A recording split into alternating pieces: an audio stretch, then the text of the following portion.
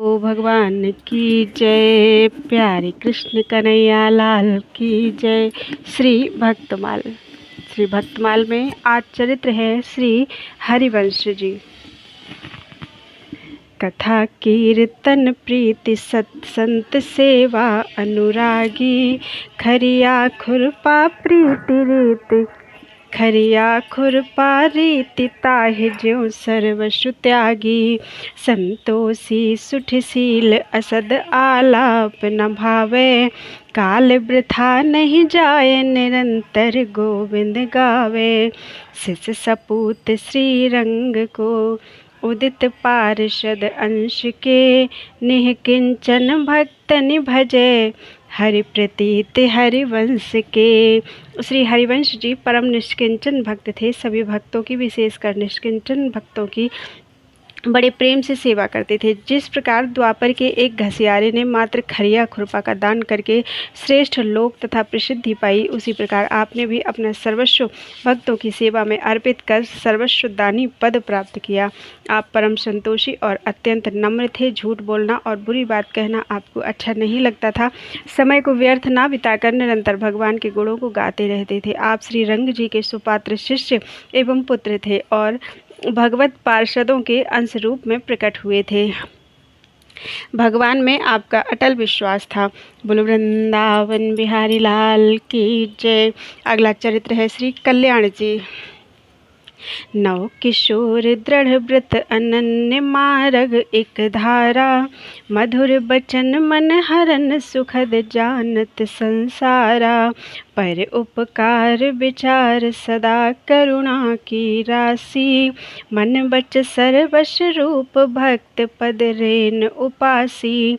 धर्मदास श्रुतशील सुठी, मन मान्यो कृष्ण सुजान के। हरि भक्ति भलाई गुण गंभीर, बाटे परि कल्याण के। अगाध गुणों से युक्त भगवान की भक्ति और भलाई श्री कल्याण दास जी के हिस्से में आई।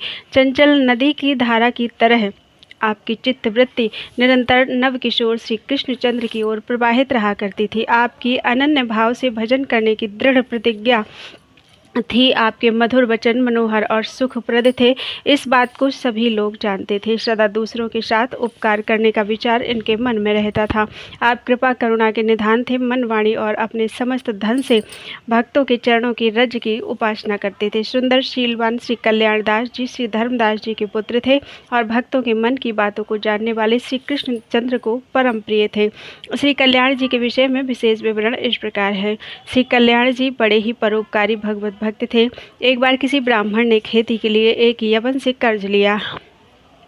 संयोगवश खेती में अन्न पैदा नहीं हुआ, इसलिए वह ब्राह्मण यवन के रुपए न चुका सका। यवन ने जोर देकर तगादा किया और ब्राह्मण को परेशान करने लगा। श्री कल्याण दास जी को मालूम पड़ा तो इन्होंने उस यवन का ऋण चुकाया और ब्राह्मण को संकट से छुड़ाया। एक भक्त के पुत्र का विवाह था। उसने आकर श्री कल्याण दास जी से विनती की, मुझे 200 रुपये उधार दे दीजिए। ब्याह के बाद शीघ्र ही मैं आपको दूंगा। यदि ना दूं तो आप पुत्र और पुत्रवधू दोनों को ले लीजिएगा।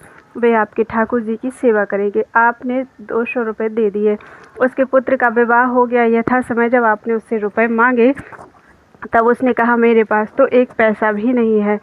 यदि आप चाहो तो मुझे बेचकर अपने रुपए वसूल कर लो। यह सुनकर श्री कल्याण दास जी ने उसकी परिक्रमा की और प्रणाम करके कहा कि बहुत अच्छा प्रभु, रुपए आपके ऊपर न्यौछावर हैं। ऐसे गंभीर और उपकारी भाव देखकर प्रभु श्री कृष्ण इन पर संतुष्ट हुए।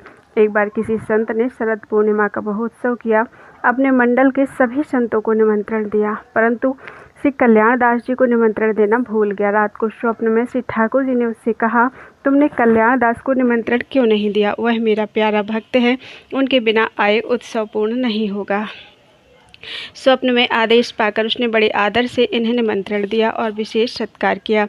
सर्वेश्वर भक्तमाल के अनुसार श्री स्वभूराम देवाचार्य जी के प्रमुख शिष्य श्री कान्हर देव जी हुए। उनके शिष्यों में श्री धर्मदास जी प्रसिद्ध संत हुए। श्री कल्याण दास जी इन्हीं के कृपा पात्र शिष्य थे।